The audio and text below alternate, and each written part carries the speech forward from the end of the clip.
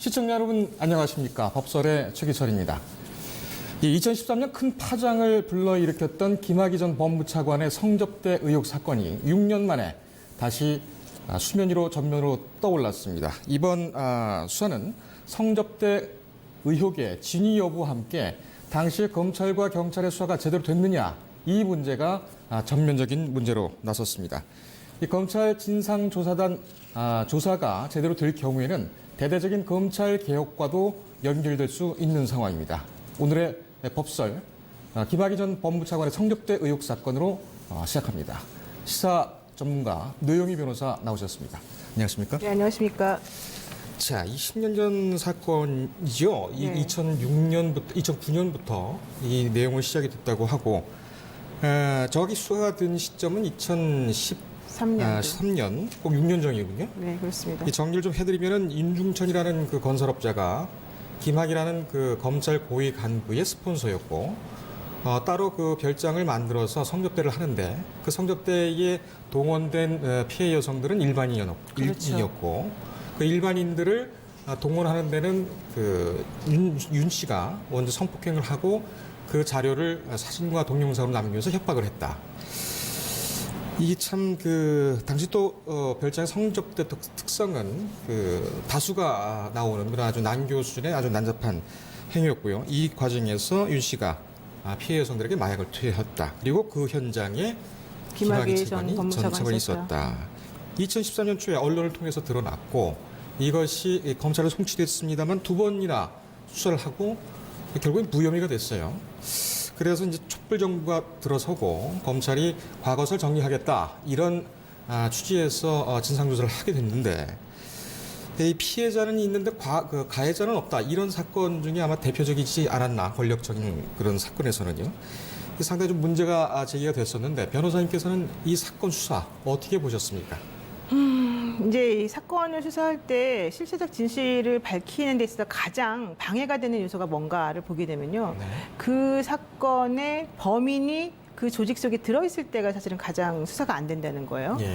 그러니까 지금 현재 문제가 되는 것은 경찰에서 2013년 3월에 그 윤 씨의 원주 별장 사건과 관련한 제보를 받고 네. 이제 2013년 6월에 본격적인 수사를 시작합니다. 네. 압수수색 영장도 발부받고 그래서 네. 전체적으로는 그 윤중천이라는 건설업자와 김학의 전 법무차관을 특수강간 혐의로 그렇죠. 검찰로 송치를 시키죠.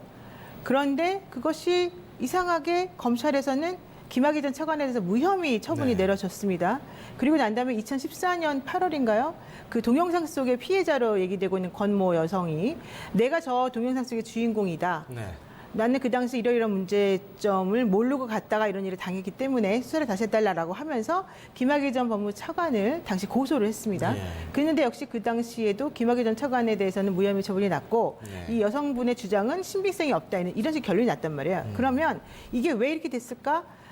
경찰 내부에서도 이 건을 별로 밝히고 싶지 않은 무리들이 있었고 경찰에서도. 그렇죠. 그리고 중간에 검찰에서는 더 적극적으로 이걸 막았다는 여기까지가 우리가 좀 충분히 생각해 볼 수 있는 부분인데 지금 이 진상조사단, 그러니까 대검에 있는 진상조사단에서 확인을 해본 결과에 의하면 당시에는 민정수석실에서도 이 수사가 제대로 진행되지 못하도록 막았던 것을 밝혀냈다. 예. 그리고 경찰에서도 증거를 3만 건 정도 디지털 포렌식한 증거를 누락한 사실이 있었더라. 그리고 검찰 내부에서도 한상대 그 검찰총장 당시에 총장의 이 사건과 관련돼 있다라고 하는 얘기까지 네. 나오고 또 특히 윤 씨라고 하는 그 건설업자로부터 수천만 원을 건네받았다는 것까지 확인이 됐기 때문에 네. 총체적으로 경찰, 검찰 그다음에 이 청와대 민정수석실에서 다 관련된 부분이라서 결론적으로는 지금 생각해보면 수사가 이렇게 엉망진창으로 될 수밖에 없었던 거다라는 걸 우리가 알 수 있다는 거죠. 자, 검찰에서는 고위 간부였기 때문에 뭐 감찰 수는 있는 문제가 아닌가 이렇게 생각이 되는데 경찰에서 막았다. 그리고 청와대까지 개입했다. 이거 배경이 뭡니까? 그러니까 처음에 경찰에서는 아마 열심히 수사를 하려고 했던 것 같아요. 초창기에는. 그래서 보내려고 이제 그 수사를 한 다음에 이제 그 기소 의견으로 보내지 않았습니까? 근데 기소 의견으로 보내는 과정 중에서 좀 약간 석연치 않은 부분 하나가 좀 나왔어요. 네. 그 디지털 포렌식으로 했던 3만 개의 그 파일이 누락이 됐다라고 하는 주장이었죠. 네. 그게 이제 이번에 진상조사에서 얘기한 거니까 그럼 왜 그걸 누락시켰을까? 여기 대해서 경찰은 물론 우리가 누락한 게 아니라 네. 그 당시에 우리가 확보한 자료는 우리 게 아니라 뭐 그 아들, 딸들의 그렇죠. 것이었고 제3자 것이었기 때문에 의미가 없는 거였다. 네. 그리고 그런 것들이 만약에 문제되면 그때 검찰이 말했어야 된다. 이렇게 얘기를 하고 있습니다. 네. 거기까지는 맞다고 치더라도 그 다음에 뭐가 문제냐면은 국가수에서 그 동영상을 확보를 해서 자료를 이제 누가 정말 영상 속 인물인지 보아야 되는 게 중요했는데 네. 처음에 보내준 자료에서는 김학의 전 차관의 얼굴이 그 화질이 해상도가 낮아가지고 확인이 안 됐다는 결론이 났어요. 네. 그런데 문제는 그 다음에 고화질 해상도가 아주 높은 이 동영상을 다시 경찰에서 확보를 했다는 겁니다. 네. 그러면 실제 동영상 속의 인물이 누군지가 가장 중요한 쟁점이었기 때문에 그 자료를 경찰에서는 다시 국가수에 보내서 확인하는 게 필요하지 않겠습니까? 예. 근데 그거를 일부러 누락시켰다라고 하는 그때. 그렇죠. 누락시켰다라고 하는 얘기가 지금 나오고 있다는 거죠. 예. 그래서 경찰은 이제 그런 부분에서 문제가 있는 것이고요. 네. 그다음에 검찰에서는 기본적으로 법무부 차관이 좀 연루된 사건 아니겠습니까? 그렇습니다. 그럼 거기에 사실은 깊이 개입해서 이것들을 확인하고 싶지 않겠죠. 그런 의미에서 계속해서 검찰이 무혐의 처분을 내게 된 것이 아니냐라고 하는 의혹이 있는 거고요. 세 번째로는 민정수석실에서 당시에 그 조응천 현재 지금 민주당 의원이 공직 그 비서실에 네, 기강 공직기강 비서관. 비서관으로 있었죠. 그리고 거기에 박관천 전 그렇죠. 경정이 거기서 네. 있었지 않습니까? 박관천 전 경정이 6번이나 김학의 차관과 관련된 내용을 처음에 그 임명하기 전에 보고를 했습니다. 그런데 불구하고 곽상도 당시에 예. 민정수석실에 있던 곽상도 의원이 이것을 무시하고 그냥 차관으로 임명하는데 그대로 손을 썼다는 거거든요. 예. 그렇다면 청와대도 이런 모든 사실을 무시하고 싶었었고 이 사람을 건드리고 싶지 않았다는 거고 검찰도 마찬가지고 또 현실적으로 경찰도 마찬가지였고 쭉 세 곳이 전부 다 하나의 목적을 가지고 유기적으로 움직였다. 이렇게밖에 볼 수 없지 않을까 생각이 듭니다. 근데 왜 이 김학의 전 차관 네. 이 어떤 인물인지는 조금 이따가 좀 봐야 되겠습니다만 왜 경찰과 검찰, 청와대까지 이 비호에 나섰느냐? 사실 그게 좀 의심스러운데요. 이제 당시에 나온 얘기는 그러니까 현재 나온 얘기죠. 최순실 씨가 네. 그 김학의 전 차관의 부인과 그 모 대학교 최고 경제 과정에서 이제 만났고 네. 그래서 친분을 쌓게 됐고 그래서 김학의 전 차관을 이제 밀어주기로 결심을 했다는 거죠. 예. 근데 그때 당시에는 이제 박근혜 전 대통령이 그 취임한 이후에 가장 그 최순실 씨의 힘이 셀 때였기 때문에 비서실세로서 이 최순실 씨의 말을 이제 거의 뭐 대통령 말처럼 그렇게 듣던 상황이었기 때문에 최순실 씨가 이제 그런 여러 가지 뭐 일이 있다 하더라도 내가 네. 강행하겠다라고 해서 이게 진행이 됐다는 얘기입니다. 그러다 보면 그분과 관련된 여러 가지 자금이나 이런 것들을 별로 신경 쓰지 않았다. 네. 그리고 조직적으로 은폐가 될 수밖에 없었다. 이제 이런 네. 결론이 나오는 거죠. 그 김학의 전 차관 상당히 좀 똑똑한 사람이죠. 똑똑한 똑똑하죠. 사람이고 예. 하버드에서도 수학을 했었고 또 중요 요직을 다 했었고 근데 제가 그 봤던 뭐 직접적으로 만난 적은 없습니다만 제가 들은 바로는 그렇게 크게 무슨 기획통이나 수사통이나 이쪽으로는 뭐 별로 그렇게 성과를 내지 못했고 일견 그런 얘기는 있었습니다. 너무 무분별하게 사람을 만나고 있다라는 것이 감찰 라인에서도 이미 얘기가 됐던 상황으로 알고 있거든요. 그러니까 사실은 이제 김 전 차관은 사람들이 다 호인이다. 네. 되게 좋은 사람이다. 네. 이게 바로 이제 그 법무부의 그 검찰 라인에서 항상 들려오던 얘기였고요. 네. 사람을 상당히 좋아하고 의리가 있다 이런 얘기를 했습니다. 근데 그 법조직에 있으면서 의리가 있고 사람을 좋아한다는 건 무슨 얘기겠습니까?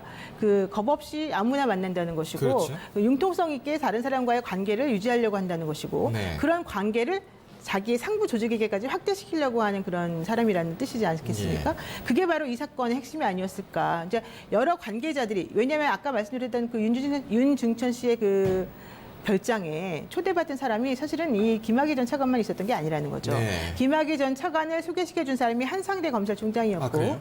한상대 검찰총장을 통해서 김학의 전 차관을 알게 됐는데 김학의 전 차관이 상당히 호인이었고 상당히 말이 통하는 사람이었다는 거죠. 네.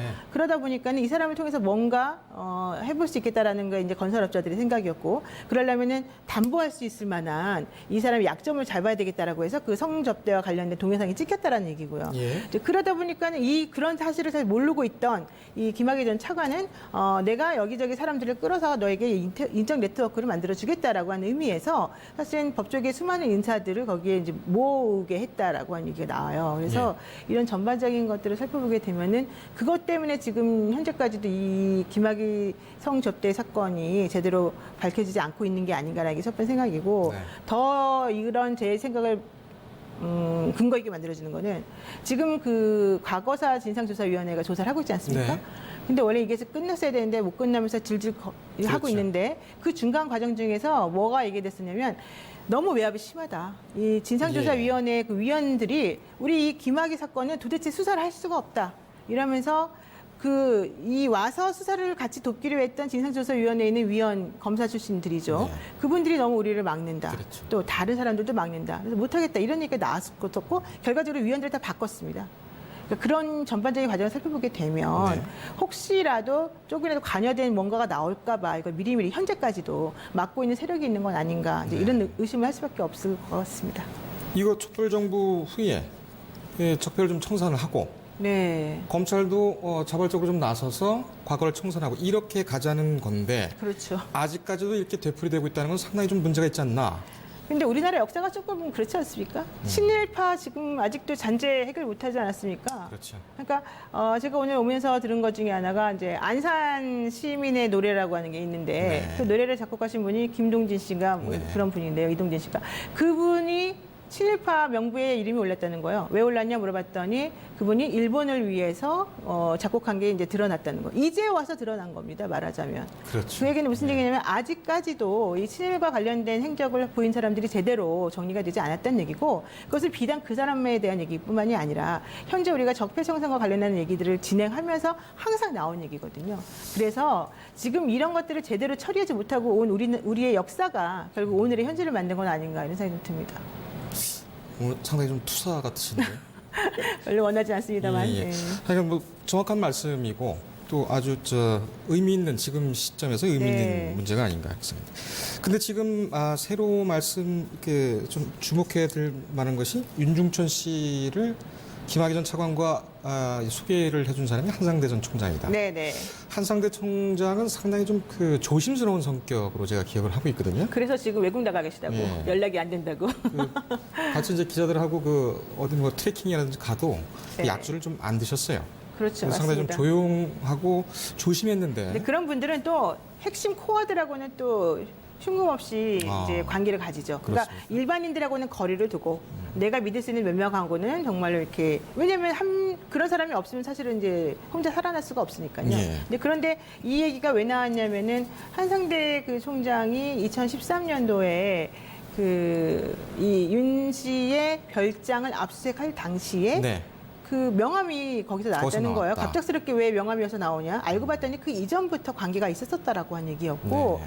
또 그 윤 씨가 본인이 수천만 원을 지불했다라는 증언을 스스로 했습니다. 네. 그런데 여기에 대해서 이제 캐 물으니까 이거 내가 뭐 특별한 대가를 바라고 한 건 아니고 그냥 내가 후원한 차에서 줬다 이런 얘기였습니다. 네. 근데 당시에 공무원 신분인 이 검찰총장에게 건설업자가 돈을 그냥 줄 리가 있겠느냐? 네. 그리고 후원이라고 하면 무슨 후원을 한다는 것이냐, 이제 이런 것들은 사실 아직까지 해결이 안 되지 않습니까? 네. 그래서 이런 것들을 지금 확인하기 위해서 지금 변호사하고 있으니까 뭐 전화를 해봤더니 해외에 계시고 연락 안 된다라고 하는 얘기가 나오는데요.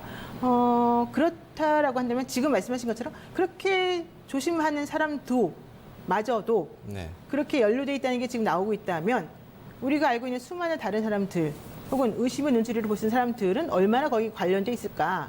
이게 바로 이 사건을 앞으로 나가지 못하게 만드는 요소가 아닐까 생각이 듭니다.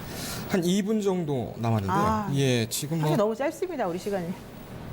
그러게요. 네. 이게 참 문제입니다. 네. 한 2분 정도 남았는데 네. 이 김학의 사건 어디까지 확대될 것이냐, 그리고 검찰과 경찰 지금 버닝썬을 하나 경찰에서는 하고 있고 이쪽에서는 그렇죠. 또 하고 있고 하나씩 패를 쥐고 있는 상황인데 이 검경 수사권 조정과 관련해서 어떻게 비화가 될 것인가 간단하게 좀 정리를 해주시죠. 근데 사실 하나씩 패를 주고 있다고 하는 건 조금 정확하지는 않은 것 같아요. 지금 버니썬 논란 관련해가지고는 경찰하고 유착 관계가 사실은 계속 문제가 되고 있기 때문에 예. 지금 검찰 입장에서 보면은 우위에 있는 부분이에요. 예. 그리고 이 김학의 성접대 사건은 본질은 사실은 경찰에서 뭐 증거를 보냈냐 안 보냈냐가 아니에요. 이 예. 사건의 본질은 왜 검찰이 무혐의 처분을 했느냐였어요. 즉 네. 검찰의 잘못을 지금 확인해 보겠다라고 하는 거였잖아요. 그런데 그것에 관련해서 그럼 경찰이 깨끗해야지 이런 것들을 정리할 수 있지 않겠습니까? 네. 근데 경찰도 지금 돌아보다 보면은 뭔가 흠집이 있는 것처럼 좀 보이잖아요. 네. 그렇다고 한다면 이걸 가지고 이제 1대1로 똑같은 균형점을 가지고 서로 팽팽하게 맞선다라고 보기는 어렵고 네. 다만 검찰이나 경찰이나 똑같구나 이런 생각을 할 수밖에 없는 구조가 되는 거죠. 그래서 제가 봤을 때 이것을 더 앞으로 나아가게 하기 위해서는 이제 과거 정부에서 이 민정수석 라인에서 이것들을 왜 관련해서 뭔가 좀 그 외압을 행사하려고 했었던 것인가부터 시작해가지고 드러나야 되는데 네. 그렇게 하려면 동력이 있어야 되잖아요. 그 동력을 결과적으로 수사기관에서 적극적으로 다뤄줘야 되는 건데 수사기관 양쪽이 지금 다 이렇게 되고 있기 때문에 누구를 사실 우리가 믿어야 될지 네. 사실은 조금 회의적인 상황이 되는 거죠. 국민 입장에서 보실 때에 어떻게 기준을 보고 두고 봐야 되는지 그렇죠. 참 고민스러우시고 저희도 이제 전달하는 입장에서 상당히 그렇습니다. 좀 어려운 문제긴 한데요. 좀 이게 좀 잘 돼야 될 것 같습니다. 잘 될까요? 글쎄요. 기간적으로 말씀드리네요. 예, 변호사님도 그렇고 저도 그렇고 열심히 노력하는 수밖에 네, 없을 것 같습니다. 알겠습니다. 네. 오늘 말씀 감사합니다. 네, 고맙습니다. 이 과거사 정리라는 것이 상당히 좀 어려운 문제입니다. 일제 치하의 잔재가 아직까지 청산되지 않은 것을 보면 그 예는 달리 말을 할 필요가 없겠지요. 하지만 이 과거사 청산 이미 꺼낸 얘기니까 반드시 짚고 넘어가야 되겠습니다. 이번에 하지 못하면 영원히 하지 못할 수도 있습니다. 저희 법설은 다음 주에도 정성을 다해서 여러분들 위해 취재를 하겠습니다. 오늘 법설 여기까지입니다. 감사합니다.